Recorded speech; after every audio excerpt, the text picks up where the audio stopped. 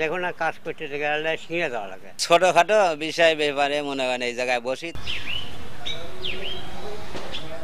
সরকারি ভবনের সামনে চড়ানো হচ্ছে গবাদি পশু। ভেঙে গেছে পিলার সহ বিভিন্ন অবকাঠামো। অপরিচ্ছন্ন ও পরিত্যক্ত ভবনে ভুতুড়ে পরিবেশ।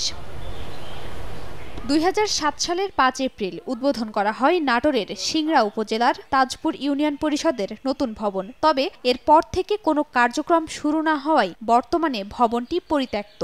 এর মধ্যে 3 দফায় বন্যায় ক্ষতিগ্রস্ত হওয়ায় ব্যবহার অনুপযোগী হয়ে পড়েছে মূল অবকাঠামোটি। স্থানীয়রা জানান, মাঝে মধ্যে ছোট সালিশের কাজ হয় এ ভবনে। এছাড়া প্রশাসনিক সব কাজ করতে হয় 6 কিলোমিটার দূরের সিংড়া থানা মোড়ের পুরাতন ভবনে। এতে ভোগান্তিতে পড়তে হয় তাদের। আমার এখানে তো কোনো কাজ, আমার দেখুন না, কাজ করতে গেলে শিঙে দেওয়া লাগে। ছোটখাটো বিষয় ব্যাপারে মনে করেন এই জায়গায় বসি।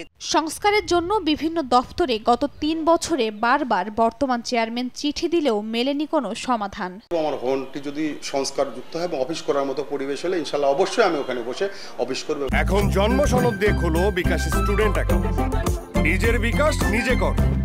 আর জেলা প্রশাসক বলছেন, নতুন মডেলের ভবন নির্মাণের পরিকল্পনা চলছে।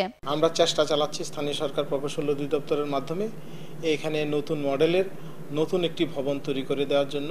1997 সালে তাজপুর ইউনিয়নের একটি অংশ নিয়ে গঠন হয় সিংড়া পৌরসভা। আর নতুন এ ভবনটি নির্মাণে ব্যয় হয় 80 লাখ টাকা। সময় সংবাদ, নাটোর।